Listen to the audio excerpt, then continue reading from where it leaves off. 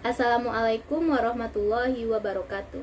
Saya Sri Wulandari dengan NIM 192311092. Di sini saya akan menyampaikan kembali materi yang telah dijelaskan sebelumnya, yaitu mengenai proses dan teknik supervisi. Apa sih itu supervisi? Secara etimologi dalam bahasa Inggris, supervisi berasal dari kata to supervise, yang artinya mengawasi.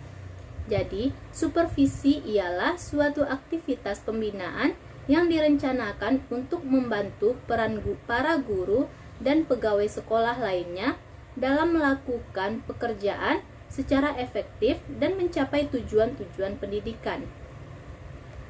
Adapun proses dari supervisi, yaitu secara garis besar kegiatan dalam proses supervisi dapat dibagi menjadi 4, yaitu yang pertama, perencanaan. Perencanaan supervisi perlu disusun oleh supervisor agar pelaksanaan supervisi dapat terarah.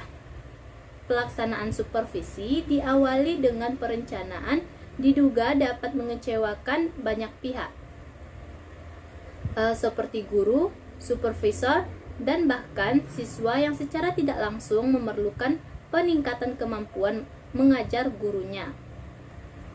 Yang kedua yaitu proses pelaksanaan. Pelaksanaan supervisi pendidikan mengikuti beberapa kegiatan, yaitu seperti pengumpulan data, penilaian, deteksi kelemahan, kemudian memperbaiki kelemahan, dan melakukan bimbingan dan pengembangan. Yang ketiga yaitu proses evaluasi. Evaluasi dilakukan untuk mengetahui tujuan yang sudah dicapai, hal-hal yang sudah dilakukan, dan hal yang belum dilaksanakan. Evaluasi supervisi dilakukan untuk semua aspek, meliputi evaluasi hasil, proses, dan pelaksanaan. Teknik evaluasi yang dilakukan adalah wawancara, angket, observasi penampilan, dan tingkah laku guru, kunjungan kelas, dan memperhatikan reaksi dan pendapat pihak ketiga seperti sesama guru, pegawai, bahkan orang tua. Dan yang keempat yaitu proses tindak lanjut. Dalam melaksanakan supervisi, kegiatan belajar mengajar diperlukan instrumen berupa lembar pengamatan dan suplemen observasi atau keterampilan mengajar, karakteristik mata pelajaran, pendekatan klinis, dan sebagainya. Selanjutnya yaitu teknik supervisi pendidikan. Yang pertama, teknik perseorangan. Terdapat beberapa teknik perseorangan, yaitu yang pertama, mengadakan kunjungan kelas atau classroom visitation. Yang dimaksud adalah kunjungan yang dilakukan untuk melihat guru yang sedang mengajar atau ketika kelas sedang kosong. Yang kedua yaitu mengadakan observasi kelas atau classroom observation. Kunjungan ke sebuah kelas untuk mencermati situasi atau peristiwa yang sedang berlangsung di dalam kelas. Dan yang ketiga, mengadakan wawancara. Dilakukan apabila supervisor menghendaki jawaban dari individu tertentu. Dan teknik yang kedua yaitu teknik kelompok. Teknik kelompok terdapat beberapa pula, yaitu yang pertama mengadakan pertemuan atau rapat atau yang biasa disebut dengan meeting. Yang kedua yaitu mengadakan diskusi kelompok atau group discussion.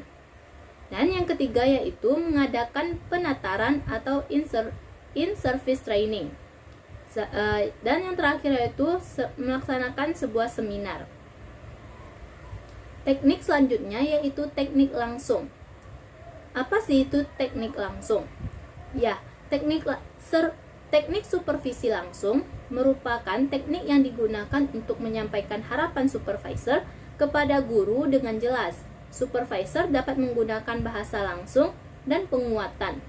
Dalam hal ini, pengawas sangat mengharapkan kepercayaan dan kredibilitas dari para guru. Dan yang terakhir yaitu teknik tidak langsung. Yaitu teknik tidak langsung merupakan pendekatan masalah pengajaran yang sifatnya tidak langsung. tidak langsung menunjukkan permasalahan, melainkan seorang guru bercerita mengemukakan permasalahan yang mereka alami. Supervisor atau kepala sekolah menyimpulkan permasalahan guru tersebut, kemudian memberi bimbingan atau mengarahkan. Baiklah, sekian yang dapat saya jelaskan mengenai proses dan teknik supervisi pendidikan. Assalamualaikum warahmatullahi wabarakatuh.